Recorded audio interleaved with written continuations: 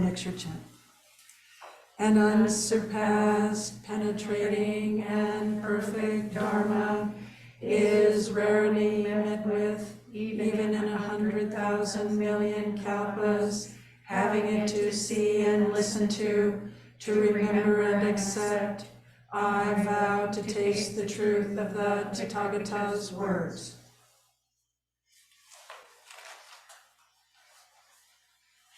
Good morning, and thank you all for being here. And it's always wonderful to have people in the Zendo. Thank you for being here. I know, it's lovely. Thank you. Today's talk is actually a continuation, of course, of our discussion of the Four Noble Truths, and we're working, studying in Thich Nhat Hanh's book, The Heart of the Buddha's Teaching. And it's a continuation in that the Buddha identified the Noble Eightfold Path, which is what we're going to start discussing today, this path that leads to the cessation of suffering, as expounded in the Fourth Noble Truth. And this path was part of his first Dharma talk. He taught this for 45 years, and it is said that it was his last offering as a Dharma talk as he lay dying. Our recent discussions brought attention to Thich Nhat Hanh's reference to the 12 turnings of the Dharma wheel, 3 for each of the Four Noble Truths. And the Dharma wheel, which is in Sanskrit is called the Dharma chakra, is an ancient symbol of Hindu practices. And I'm going to ask Kate to go ahead and put that up in case you have not seen it. I'm sure you have. But it's an ancient symbol that started in Hindu practices, and it's one of the oldest and most important symbols of Buddhism, denoting the Buddha's first Dharma talk after enlightenment, where he set the Dharma in motion. It turned. And it's, as you can see, it's much like a ship's wheel, and it actually can be drawn with a varying number of spokes depending upon the tradition. But commonly, there are 3 parts to the wheel, and their interpretations might vary, but the circle shape itself represents the perfection of the Dharma. The rim represents meditative concentration and mindfulness, which hold the practice together. And the hub is often represented by the 3 swirls that look much like the yin and yang symbols, which can be said to represent the 3 jewels of Buddhism: Buddha, Dharma, and Sangha. And there can be different number of spokes on the wheel. For example, you might see 10 for the 10 directions in Buddhism. But mostly in Buddhism, the most common is 8, representing the Noble Eightfold Path. And it has also been interpreted that the protrusions themselves, the spoke protrusions beyond the rim, represent various insights. Thank you, Kate. And it seems in Zen that we most often speak of the 3 turnings of the wheel, the first being the first Dharma talk, the second related to the Buddha's teachings at Vulture Peak, where he expounded on emptiness and compassion. And the third turning was a further development of all of these ideas, going deeper into them, highlighting our inherent Buddha nature. So our discussion of the Noble Eightfold Path that we're beginning today is an important part of the first turning of the wheel. And the 8 elements are, of course, interconnected, each element containing all of the other 7, and each one being important to the development of all the others. And they are thought to develop simultaneously in as much as possible, depending upon the capacity of the individual. But they are often thought of in relation to 3 groupings. The first grouping is wisdom, which includes right view and right thinking. The second grouping is ethical conduct, which includes right speech, right action, and right livelihood. And the third, meditation or samadhi, which is right mindfulness, right effort, and right concentration. And it's easy to see why right view is often considered not only the beginning, but also the end of the path. Having right view leads to the other 7, and the other 7 all lead to right view. And just to note that the word right here is not in the sense of right or wrong, but think of it more in terms of that which is wholesome or wise, skillful, helpful. And chapter 9, Thich Nhat Hanh explains that right view is fundamentally a deep understanding of the Four Noble Truths. The Buddha himself said that right view means to have faith and confidence that there are people who have been able to transform their own suffering. And as we discussed last week, Shariputra explained that right view is understanding the 4 kinds of nutriments that we might ingest, including edible food, sense impressions, intention, and consciousness. And it's also us knowing what we have ingested and how it has affected us. And he helped us to understand that we all have wholesome and unwholesome roots or seeds deep within our consciousness. So if you describe yourself, for example, as an honest person, Thich Nhat Hanh says it's because you have the seed of honesty within you. But he cautions us as well to not assume that we do not also have the seed of dishonesty. It becomes a matter of which seed is watered. And it's through our mindfulness practice that we're able to identify the seeds in what Thich Nhat Hanh calls our store consciousness, where every seed can be found. Seeds of anger, happiness, hope.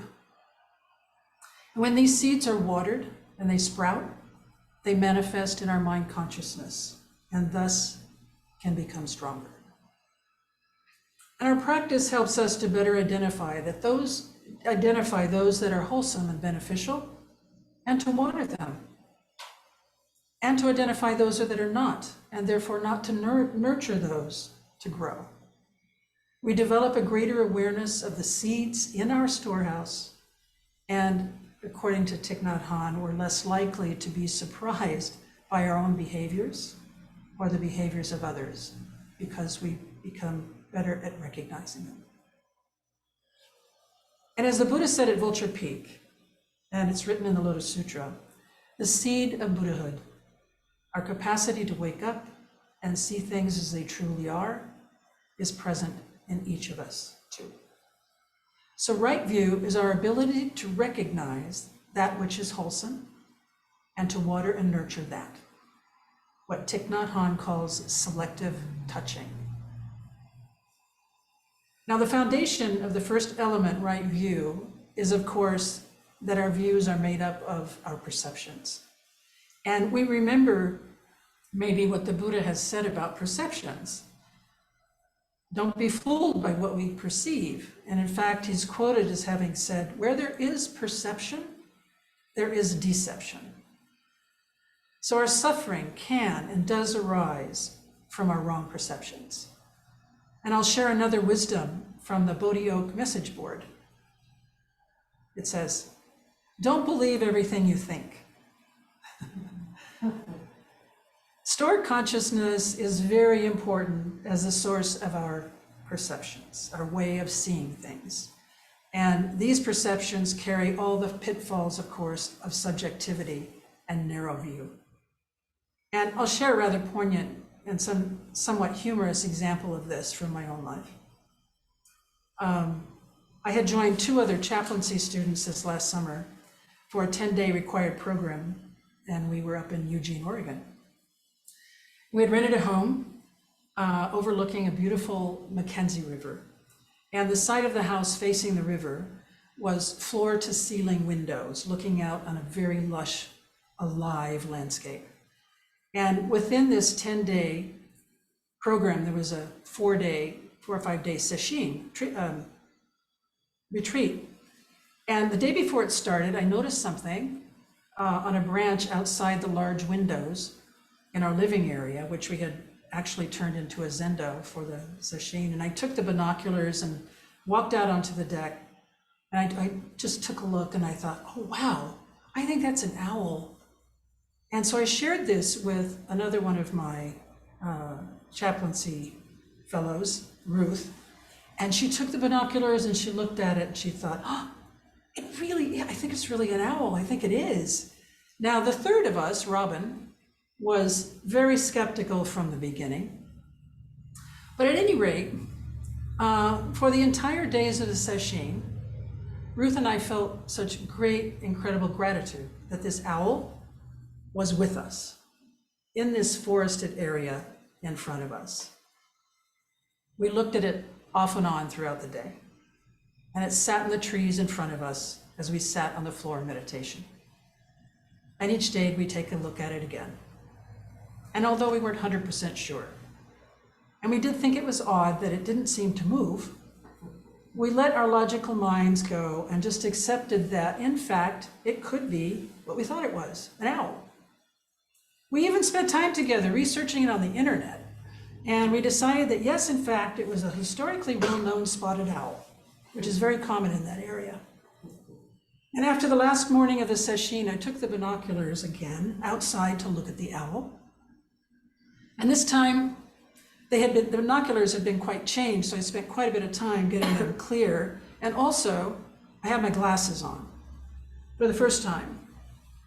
And I thought, it really looks quite mossy, and that's not a good thing for a bird. So I told Ruth that now, actually, all I could see was moss on a piece of wood hung up on a branch. Then she looked at it again and she admitted that, oh yeah, I think you're right. I think that's actually a piece of wood hung up on a branch. And Robin continued having doubts all along, but had gone along with us and was part of our story. But afterward, we all agreed that it was just what it was. And we thought just how compelling our perceptions were and how compelling our needs were to perceive what we perceived. Robin offered some insight for us, actually, and I quote her. She said, "We all want to believe that nature knows us, that we belong, and are recognized to the natural world. But we don't quite trust that sense, so we look for clues. And the fact is, of course, that just being part of the wild, alive, natural habitat where we were staying was enough. But our seed of interconnectedness, our need for connection and belonging to the greater natural world was watered maybe just a bit too much that day." And Thich Nhat Hanh reminds us, look closely at our perceptions and make an effort to understand their source. And by looking deeply at our beliefs, we can free ourselves of their hold on us, and they have the capability to become insightful and helpful, and eventually a realization, seeing things as they really are. We water wholesome seeds through mindfulness of breath, walking, eating, and living in the present moment. He ends this chapter by saying that if we look closely and deeply, we can see more clearly that really all views are wrong views, because they are from a single point. Thus, our expression point of view. If we have a different point, we have a different point of view. So he assures us that our quality of views can always be improved. And in fact, he adds, from the viewpoint of ultimate reality, right view is the absence of all views.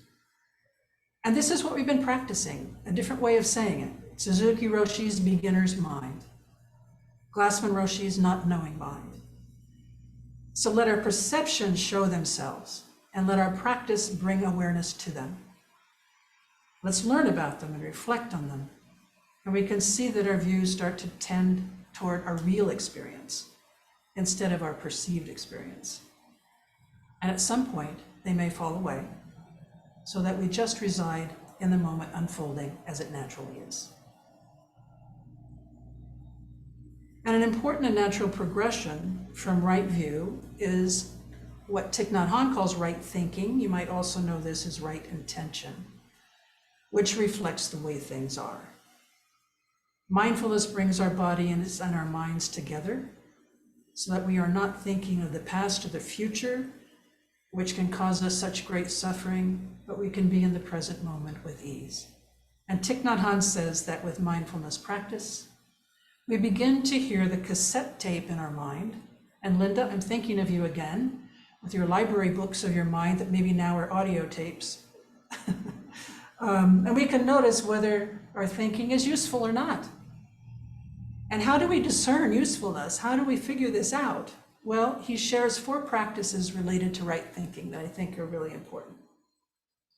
Number 1, ask yourself, are you sure? And the more our perception is wrong, the more incorrect our thinking will be, of course. His example is, if there is a rope in our path and we perceive it as a snake, fear-based thinking will follow. And I would add, if there's a piece of wood in a tree and we perceive it as an owl, clinging can ensue. So are you sure? One time I don't have them up anymore, I should put them back up though. I had that written on a card around my house. It's really a really good reminder. Number 2, what am I doing? What am I doing? This simple question has the power to bring us immediately into the present moment. And this is something we learn to do in service to others. And you may remember me sharing what Roshi Jones suggested, which is, where are my feet? These are helpful and effective ways to bring us into our bodies, into the present, and it helps us refocus on the task at hand, whether it's washing the dishes or walking the dog or putting together a Dharma talk. Number 3, hello, habit energy. We all know the feeling of being stuck in habits, even if they cause us harm. So say hi. Hi, habit energy. I see you. I recognize you. And once we can become friends, so to speak, these habits tend to lose their power over us. And I'd add that laughing doesn't hurt either. How we think affects how we act. And how we think is affected by our habit energies. And the last one, number 4, bodhicitta. What Thich Nhat Hanh says is our mind of love. Relates to our vow to awaken for the well-being of ourselves and others, and it is actually the foundation of mindful living. Are you sure? What am I doing? Hello, habit energy, bodhicitta. We can practice them to help us to keep moving toward right thinking. And he encourages us to live in a wholesome environment. And I would add, to find places to practice together, support each other, as we do here. Practicing right view and right thinking puts you squarely in the present moment. And it is here where Thich Nhat Hanh says we can touch these seeds and transform our suffering and the suffering of others. And just in summarizing a few things, right view is what Buddha considered to be the correct way to look at existence, seeing things as they are, from the wisdom of the Four Noble Truths. It involves both conceptual or intellectual understanding and experiential understanding. And key is our discernment as to what, including our actions, lead to wholesome results and what does not. And it's actually very pragmatic. If it leads to happiness, greater happiness, wisdom, wellness, it is wholesome. And our lived experience is necessary to support this as well. For example, working with the precepts helps us to see our actions and learn about what does or does not work. Additionally, right view includes our understanding that all things are connected, and our actions can have effects far beyond our own lives. And importantly, right view is to see things how they really are, without bringing in our prejudices, our expectations, our judgments, our memories, our ideas. Right view is a clear, present moment of awareness unclouded by our minds. And then right view leads naturally to right thinking or right intention.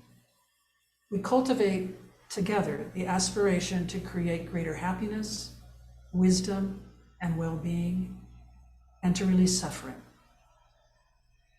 only accessible by being in the present moment.